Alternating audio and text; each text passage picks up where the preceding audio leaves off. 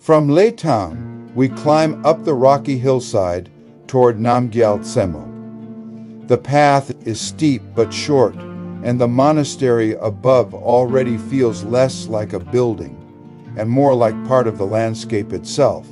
Stone walls rising directly out of the rock. Built in the 15th century, Namgyal Tsemo once served both spiritual and strategic purposes, watching over the valley below.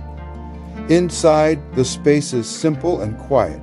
At the center sits a large statue of Maitreya, the future Buddha, calm, forward-looking, and deeply symbolic in a place shaped by endurance and patience. The interior feels intimate, almost austere, a contrast to the vastness waiting just outside the door.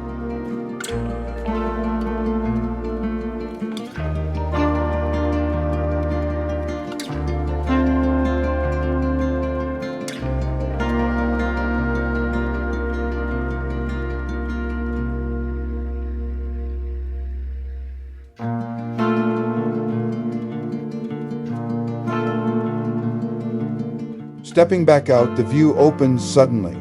Below us lies Leh, spread across the valley floor, with fields, houses, and roads tracing the landscape. Beyond the town, the Indus Valley stretches outward, framed by dry hills and distant snow-covered peaks. From up here, the relationship becomes clear. The town below, the monastery above, and the mountains surrounding everything. It's a view that explains Ladakh better than words, a place where geography, history, and belief are inseparable.